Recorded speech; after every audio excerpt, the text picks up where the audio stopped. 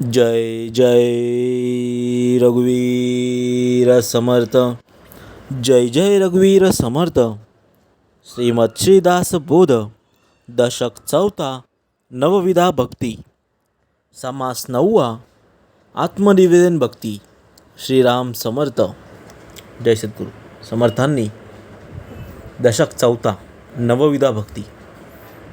समर्थांनी आपले 9 प्रकारच्या भक्ती सांगितलेल्या आहेत. 8 आपण अगोदर श्रवण केलेले आहेत आणि आपण आता 9व्या समासाकडे आलेलो आहोत. समर्थाने सांगितले 9वा समास कोणता? आत्मनिवेदन. ते आपल्याला आता श्रवण करायचं. मागे झाले निरूपण 8वे भक्तीचे लक्षण.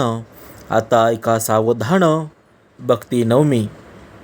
श्री समर्थ सांगतात की मागील समासात आपण 8व्या भक्तीचे निरूपण केले. 8वी भक्ती कोणती? सख्य भक्ती.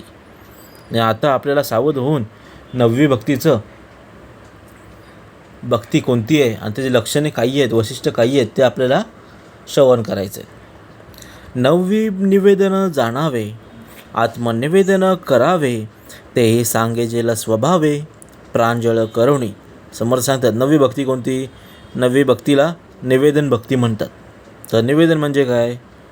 निवेदन कसे करायचं, यात आत्मनिवेदन कसे करावे, हे स्वाभाविक रीतीने समर्थांनी स्पष्ट करून सांगितलेलं आहे. तर निवेदन म्हणजे काय? अंतरी आपल्या आतमध्ये निवेदन मांडायचं. आता कुठं आपल्याला बाहेर जायचं आहे, समर्था मला इथे जायचं आहे, नेण्याची आणण्याची जबाबदारी तुमची, असं आपण निवेदन ठेवतो. दुसरा कुठला काम असेल तर समर्थ हे चांगलं काम माझ्याकडून होऊ दे, हे सर्व आपले निवेदन आहे. असंच आपल्याला आत्मनिवेदन करायचं आहे. ऐका निवेदनाचे लक्षण. देवा असे व्हावे आपण, करावे तत्व विवरण म्हणजे कळे. समर्थ सांगतात निवेदनाचे लक्षण असं आहे की आपण स्वतःला देवास समर्पण करावे. जे पण आहे आपण, जो पण आपलं काम पडेल ते देवाचं कार्य म्हणून आपल्याला करायचं आहे आणि आपण देवाला समर्पित करायचं आहे. ते कसं करायचं आहे ते तत्वविवेचनाने कळते. मी भक्त ऐसे म्हणावे आणि विभक्तपणाचे भजावे, हे अवघेची जाणावे विलक्षण. समर्थ सांगतात मी भक्त आहे असं सांगायचं आणि विभक्तपणे देवाला भजायचे, हे अयोग्यच आहे. समर्थ सांगतात लक्षण असून विलक्षण, ज्ञान असून अज्ञान, भक्त असून विभक्तपण, ते हे ऐसे. म्हणजे लक्षण असून लक्षहीन म्हणावे आणि ज्ञान असून अज्ञान आहे असं म्हणणे आणि भक्त असून विभक्तपणे राहणे, हे सर्व काही विलक्षण आणि विपरीत बुद्धीची लक्षण आहेत. भक्त म्हणजे विभक्त नव्हे आणि विभक्त म्हणजे भक्त नव्हे, विचारविना काहीच नव्हे समाधान. समर्थ सांगतात जो विभक्त नाही त्यालाच भक्त म्हणता येईल आणि जो विभक्त आहे तो भक्त असू शकत नाही. समर्थाने सांगितलं आहे या विरोधाभासाचे समाधान विचाराशिवाय होऊच शकत नाही. तस्मात विचार करावा, देव कोण तो ओळखावा, आपला आपण शोध घ्यावा अंतर्यामी. समर्थाने सांगितलेलं आहे आपल्याला विचार करायचा आहे, साधकाने विचार करायचा आहे, आतमध्ये विचार करायचा. देव कोणाला म्हणायचं आहे ते आपल्याला समजलं पाहिजे आणि ते कसं ओळखावं. समर्थ सांगतात मी कोण, असा आपणही अंतर्मुखी वृत्ती होऊन अंतःकरणात शोध घ्यावा. मी कोण. जेव्हा आपला अंतर्मुखातून आवाज येईल तेव्हा समजावा की आपण कोण आहेत ते. मी कोण ऐसा निवाडा, पाहो जाता तत्व झाडा, विचार करिता उघडा आपण नाही. समोर सांगतात, परत सांगतात मी कोण याचा निवाडा करू लागल्यावर एकेका तत्वाचा निराश करीत गेले की शेवटी प्रकृतीचाही निराश होतो आणि मग मी म्हणून कोणीच उरत नाही आणि ज्याला आपण मी म्हणतो त्याचे अस्तित्व काहीच नाही आणि ते विवेकाने कळूच येते. माझं आणि भ्रांतीचं ओझं. समर्थ सांगतात मीपणा करूच नाही. तत्वे तत्व जेव्हा सरे, जेव्हा आपण कैसा उरे आत्मनिवेदन येणे प्रकारे सहजची चाले, म्हणजे जे तत्व ज्यातून झाले त्यात त्याच्या विवेकाने लय करीत गेले की सर्वच प्रकृतीचा निराश होतो.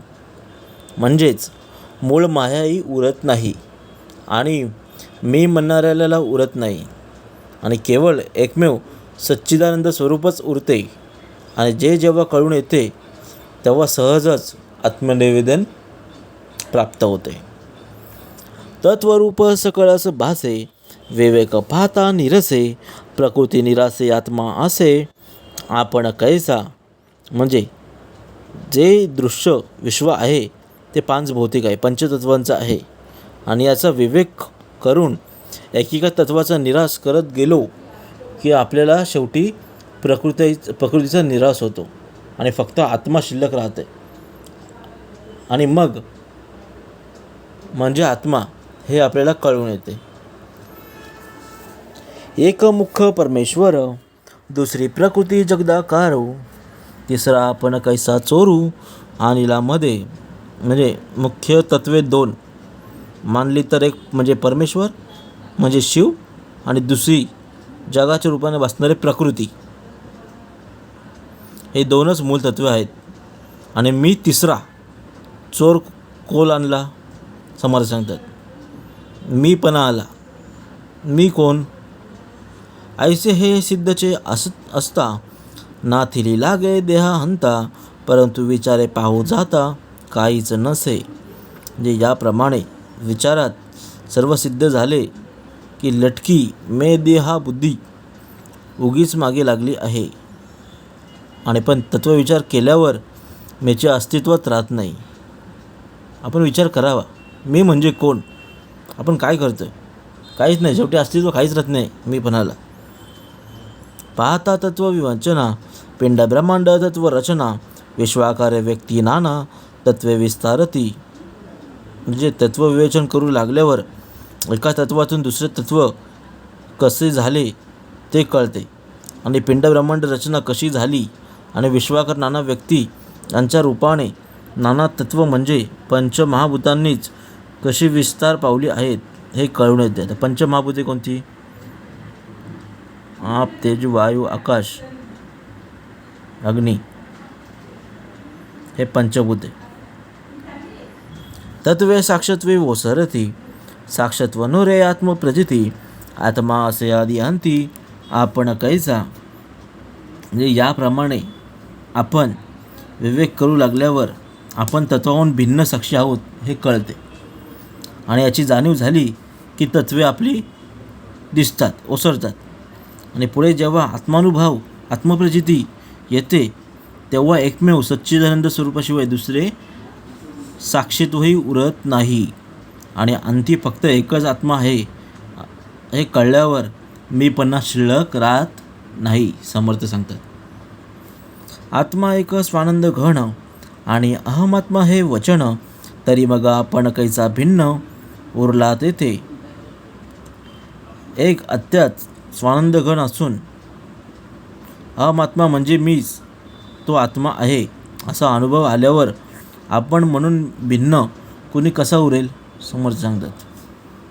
सोहंस हे उत्तर याचे पाहावा अर्धांतर, पाहता आत्म्याचा विचार आपण कैचा तेथे. सोहंसा हे मी कोण या प्रश्नाचे उत्तर आहे. याचा अर्थाचा सखोल विचार केल्यावर आणि आल्यासंबंधी विचार केल्यावर कळून येते की जिथे आत्म्याशिवाय काहीच नाही तेथे आपण अस्तित्वाचेच कुठे शिल्लक राहते, समर्थ सांगतात. जिथे आत्म्याशिवाय काहीच शिल्लक राहत नाही तेथे अस्तित्वच कुठे राहते. आत्मा निर्गुण निरंजन त्यासी असावे अनन्य, अनन्य म्हणजे नाही अन्य आपण कैचा तेथे. म्हणजे आत्मा निर्गुण निरंजन आहे आणि त्याच्याशी अनन्य असावे. याचाच अर्थ असा होतो की त्या अनन्य म्हणजे दुसरा तिसरा कोणीच नाही. मग तिथे आपण म्हणजे मी राहतोच कुठे, समर्थ सांगतात. आपण राहतच नाही, मी पण येतच नाही. आत्मा म्हणजे तो अद्वैत, जेथे नाही द्वैताद्वैत तेथे मेपणाचा हेत. उरेला काहीचा, म्हणजे आत्मस्वरूपात द्वैत नाहीच तर अद्वैतही उरत नाही, आणि जेथे द्वैताद्वैतही नाही त्याला एकत्व किंवा भिन्नत्व वाचते, तेथे मीपणा उरतच नाही. अथवा पूर्णत्वे परिपूर्ण, जेथे नाही गुणागुण, निखळ निर्गुण आपण कोण कैसा, म्हणजे आत्मा हा पूर्णत्वाने परिपूर्ण असतो, तेथे गुण अगुण दोहींचा अभाव असतो, आणि तो निखळ निर्गुण असतो, आणि सर्वत्र एकच आत्म्याचा परिपूर्ण असून येथे दुसरं काही नसतेच. आणि त्या परिस्थितीत आपण म्हणजे मी म्हणणारा असेलच कसा. त्वपद तत्वद अस्ति असिदपद, निरसुनी सकळ भेदाभेद, वस्तू ठाईंचा अभेद आपण कैचा. त्वंपद म्हणजे तू, तत्पद म्हणजे ते ब्रह्म, आणि असिपद म्हणजे आहेस, म्हणजे तू ते ब्रह्म आहेस. त्वपद तत्पद असिपद म्हणजे तू ते ब्रह्म आहेस. याप्रमाणे निधी ध्यानास करता करता, निधी ध्यासन करतानाच जेव्हा ब्रह्मरूप होऊन जातो तेव्हा सगळे भेद अभेद निरसन होते आणि एकच आत्मवस्तू राहते. तेथे मी अस्तित्वच कसे राहतील. समर्थ सांगतात, निरासिता जीव शिवपादी, जीव शिवाजी कैसे आदी, स्वरूपी होता दृढ बुद्धी आपण कैसा. म्हणजे एका परब्रह्माशिवाय अन्य वस्तूच नाही, आणि विद्या या उपाधीमुळे त्यालाच शिव संज्ञा प्रास होते, आणि या अवेद्य उपाधीमुळे जीव संज्ञा धनी उपाधी निरसन केल्यावर जीव शिवच राहत नाही, केवळ एक आणि एकच ब्रह्मच राहते, आणि ते सर्वांचे स्वरूप आहे. याप्रमाणे आपल्याला स्वरूपाविषयी ज्ञान दृढ झाले म्हणजे मी कोण म्हणून कोणीच राहत नाही. या नाव आत्मनिवेदन, ज्ञानियांचे समाधान, नववे भक्तीचे लक्षण निरूपिले. समर्थ सांगतात, या स्वानुभवालाच आत्मनिवेदन म्हणतात, आणि या योगे ज्ञानी लोकांना समाधान प्राप्त होते. आणि याप्रमाणे येथे नवम्या म्हणजे आत्मनिवेदन भक्तीचे लक्षण इथे सांगितलेले आहे. पंचभूतामध्ये आकाश, सकळ देवामध्ये जगदीश, नवविधा भक्तीमध्ये विशेष भक्ती नवमी. समर्थ सांगतात, हे पंचभूते आहेत. पाच भूतीमध्ये आकाश, सकळा देवमध्ये जगदीश, श्रेष्ठ कोण तर जगदीश, देवामध्ये जगदीश, पंचमहाभूतीमध्ये आकाश, आणि समर्थांनी नवविधा भक्ती सांगितलेली आहेत. त्यामध्ये समर्थ सांगतात की समास 9वा आत्मनिवेदन ही 9वी भक्ती श्रेष्ठ आहे. 9वी भक्ती आत्मनिवेदन, न होता न चुके जन्म मरण, हे वचन सत्य प्रमाण, अन्यथा नव्हे. जोपर्यंत ही 9वी आत्मनिवेदन भक्ती म्हणजे स्वानुभव प्रास होत नाही तोपर्यंत जन्ममरणातून सुटका होऊ शकत नाही. श्री समर्थ म्हणतात की माझे हे वचन सत्य प्रमाण मानावे, हे खोटे मानू नये. ऐसी हे नवविधा भक्ती, केल्या पाविजे सायुज्य मुक्ती, सायुज्य मुक्ती सकल्पांती चळन नाही. म्हणजे अशा प्रकारे नवविधा भक्ती केली असता सायुज्य मुक्ती प्राप्त होते, आणि सगळ्या सायुज्य मुक्ती प्राप्त झाली की कल्पनांतही नष्ट होत नाही. तीही मुक्तींचं आहे चळण, सायुज्य मुक्ती अचळ जाण, त्रैलोक्याचं होता निर्वाण, सायुज्य मुक्ती चळेना. म्हणजे एकंदर मुक्ती 4 आहेत, आणि त्यातील 3 मुक्तीचा नाश होतो, पण सायुज्य मुक्ती ही मात्र अविनाशी आहे. त्रैलोक्याचा नाश झाला तरी सायुज्य मुक्तीचा नाश होणार नाही. समर्थ सांगतात, अवघिया 4 मुक्ती, वेदशास्त्र बोलिती, त्यामध्ये 3 नास्ती, 4थी ते अविनाश.